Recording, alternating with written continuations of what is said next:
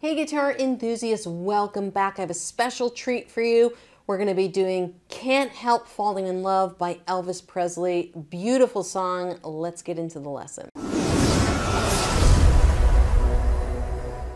Now this is a wonderful song. I mean, when I was listening to it, I remembered how beautiful this song actually is. And what we're going to be doing is we're going to be doing some finger picking in this lesson. Now this song is originally, it sounds like it's played on piano when I went and listened to the original, but we're going to be mimicking what the piano is doing on our guitar by playing what we call arpeggios. Now arpeggios are when you play individual notes of a chord versus just like strumming straight through. So if I were going to strum a G chord versus arpeggio, that's the difference. All right, so we're going to be using lots of arpeggios and I will go through those in this lesson. So you can probably see I have a capo here on the 2nd fret to make some of these chords easier for you. Now if you need to pull up the lyrics and the chords, you can go to my website, laurenbateman.com. You can put that on one side and keep this video open and you can follow along there. So there's 3 sections to this song: intro, verse, chorus. Let's start off with the intro. So the chords that are part of our intro are going to be the C chord, the G chord, and an A minor chord. All right, this song is probably a little bit more late beginner because there is an F chord that comes in later. We'll talk about that when we get there. So the intro is going to be a C chord, full measure, G, A minor, and then we have a C and a G splitting a measure on the end. So let's talk about the arpeggios we're going to be doing. So we're going to be doing 5-string and 6-string arpeggios. So essentially our thumb is going to be changing depending on what chord we're playing. So a C chord is a 5-string chord, so the thumb would be playing the 5th string, the bass note. And our 1st, 2nd, and 3rd fingers are always going to be on the bottom 3 strings. Okay, so we'll have fingers 1, 2, 3. So 1st finger on the G string, 2nd finger on the B string, 3rd finger on the high E string. Now when we go to our 6-string chord, the G chord, the thumb would be playing the 6th string as the bass note. And again, these fingers are still going to be on the 3rd string, 2nd string, and 1st string. So the pattern we're going to play, let me say since we're on the G chord, the pattern is going to be 6th string, 3rd string, 2nd string, 1st string, 2nd string, 3rd string. So it's going to be 6, 3, 2, 1, 2, 3, 6, 3, 2, 1, 2, 3, okay? And when we go to our C chord and our A minor chord, it's going to be 5th string, 5, 3, 2, 1, 2, 3, 5, 3, 2, 1, 2, 3, okay? So if I were to play this intro, it would sound like this: C, G, A minor, C, G. Now for that, because those are split measures, I just did thumb 1, 2. I did thumb 1, 2, thumb 1, 2. Okay, so it'd be the 5th string, 3rd string, 2nd string, 6th string, 3rd string, 2nd string. Okay, so I'll play through that intro again.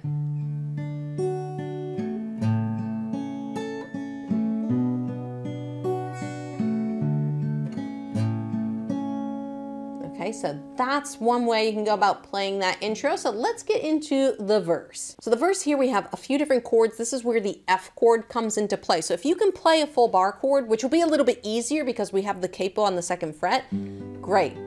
Play that F chord. If you can't and you need to use an F major 7, you can do that. If you use this 3-finger version, your thumb would just play the 4th string, so it would be 4, 3, 2, 1, 2, 3 for your arpeggio. If you use the 4-string version, which might sound nicer because you have a lower bass note, you would play it like a C chord: 5, 3, 2, 1, 2, 3. Okay? Doesn't sound as nice as the full F chord, but it will work if you need an easier version, because I know sometimes those bar chords are hard until you get them. So let's go over the progression for the verse here. So the verse, the chords, we have C, E minor, A minor twice, F, C, double G. Then we have F, G, A minor F, C, G, double C, and then it just repeats that again for the 2nd half of the verse. So again, the C chord, 5-string arpeggio, the E minor, 6-string arpeggio like a G chord that we did, A minor we've already done, F depending on what you're gonna play. If you do the full bar chord, it would be a 6-string arpeggio like our G chord, okay? So let me go through, I'm gonna play this verse so that you can see how it sounds. We got wise men say.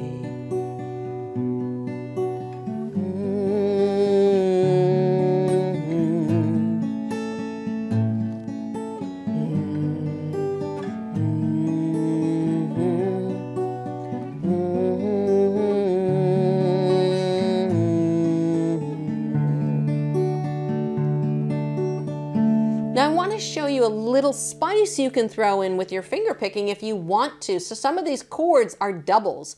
So, and I would do it more maybe on these, the double C or the double G on the end. So instead of doing the full arpeggio, 6, 3, 2, 1, 2, 3, you might want to do that for the first arpeggio and then repeat the bottom half for the next chord. What do I mean by that? So it'll sound like this, and then I'll explain it to you. So we have the F, C,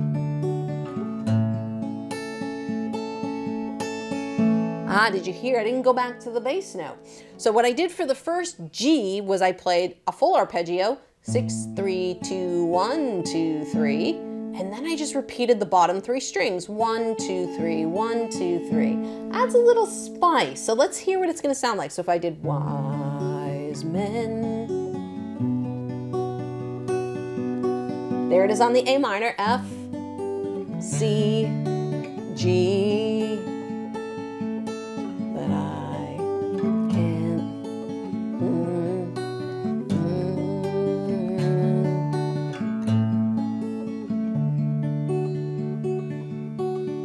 And you don't have to do it every time you have a double chord, but you can see it adds a nice little flavor, a little dynamic, so that you're not always playing the same arpeggio over and over. And I think when I was learning this song last night, I think when you listen to the piano, they stay on some of those higher melodies, and I think that's why I was doing that. But again, I just think it adds a nice little flavor, so you're not just doing this straight arpeggio all the time, and it kind of piques the interest of the listener if you were going to perform this song. So just a few little tips on the verse there. What we're going to do next is move on to our chorus section. Hey guys, I hope you're enjoying this lesson so far. If you haven't subscribed to the channel, make sure to do that and turn the notifications on, because YouTube will show you more videos just like this one. So the chorus brings in some new chords into the mix. We have an E minor chord, which we played before, but we have a B7 chord that comes in, as well as an A7, a D minor, and a G. So we're kind of like changing keys a bit here in this chorus. And what I'm gonna do for this E minor chord, the first time I get into it, I'm probably gonna play it with my first and second finger, but once I get into the B7, it's very easy to just use your second and third finger on that E minor chord to go between the B7 and the E minor, okay? They'll share, you'll have a pivot finger. That second finger won't have to move at all, okay? So here's what our chorus would sound like. The B7 is a 5-string chord, so that would be like our C chord. 5, 3, 2, 1, 2, 3. The A7 is also a 5-string, and the D minor is a 4-string, so you would play that 4, 3, 2, 1, 2, 3. Okay, so let's hear how this chorus is going to sound. Ready? It's going to be like 1, 2, 3, 4, 5, 6.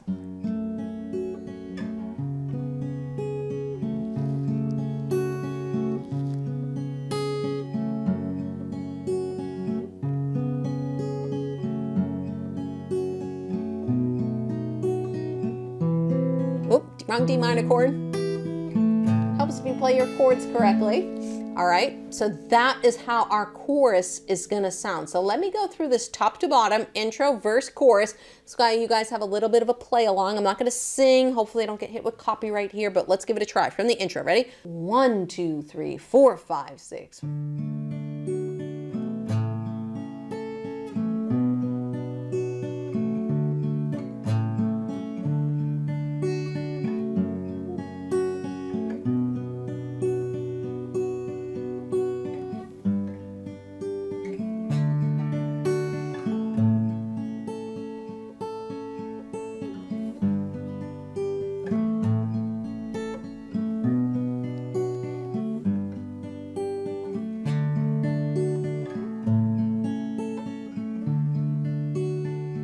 Okay, repeat that again. Shall I stay?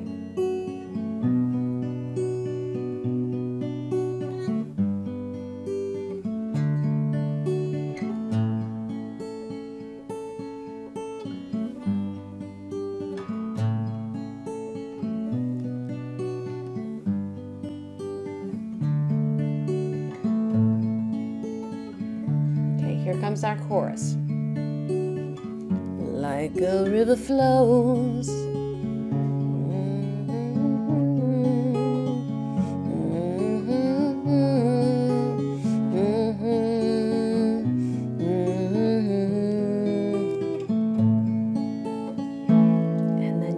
Right back into the verse, and I played the D minor correctly this time for you guys, so that's great. So then we would have a verse, a chorus, another verse, and at the very end of the song, you wouldn't play a double C, you would just play that, you know, C with you. So you would just strum and hold on the very end of this song. Hope you guys enjoyed this lesson video. Leave me a comment below and let me know. YouTube is gonna pop a couple more videos over here. Go check those out, and I hope to see you guys in another lesson video very soon.